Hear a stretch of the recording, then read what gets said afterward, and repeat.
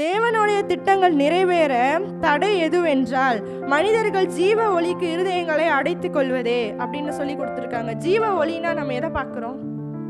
நம்ம பைபிள், அந்த ஒளியின் பாதையில் தான் நம்ம நடந்து செல்கிறோம். அப்போ அந்த நம்ம ஜீவ ஒளிக்கு நம்ம பைபிளில் சொல்லியிருக்க காரியங்களை நம்ம கேட்காம நான் போகிற போக்கில் தான் நான் போகிறேன் அப்படின்னு சொன்னால், தேவன் நம்மளுடைய வாழ்க்கையில் அவர் ஒரு திட்டம் வச்சுருப்பார்ல, அது நிறைவேற தடையாக இருக்குது. அதனால் இந்த ஜீவ ஒளியின் பாதையில் நம்ம நடக்கணும் அப்படின்னு சொல்லியிருக்காங்க.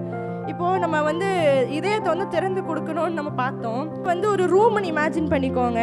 இப்போ இந்த ரூம்குள்ளே ஒரே ஒருத்தர் தான் போக முடியும்னு வச்சுக்கலாம். இப்போ இதில் இயேசு கிறிஸ்து மட்டும்தான் இருக்கணும். நம்ம வச்சுட்டு நம்ம திறந்து கொடுத்துட்டோம். உள்ளே ஆவியானவர் இயேசு கிறிஸ்தெல்லாம் வந்துடுறாங்க. சரிப்பா, இப்போ அவங்க வரத்துக்கு தடையாக ஆல்ரெடி ஒருத்தனை நம்ம உள்ளே வச்சுருக்கோம். சாத்தானை உள்ளே வச்சுருந்தோன்னா அவங்க 2 பேராலேயோ இல்லை அவங்க 3 பேர் மொத்தத்தில் கடவுளால் உள்ளே வர முடியுமான்னு யோசிச்சு பாருங்கள்.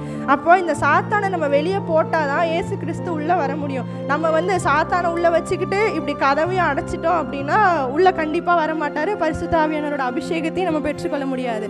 அதனால ஒரு அறையில் சொல்லுவாங்களே, ஒரு உரையில் ஒரு கத்தி தான் இருக்கணும்னு சொன்னால், அந்த கத்தியாக நம்ம இயேசு கிறிஸ்துவை மட்டும் வச்சோன்னா நம்மளுக்கு எந்த பிரச்சனையும் வராது அப்படின்ற காரியத்தை தான் நம்ம இதில் பார்க்கலாம்.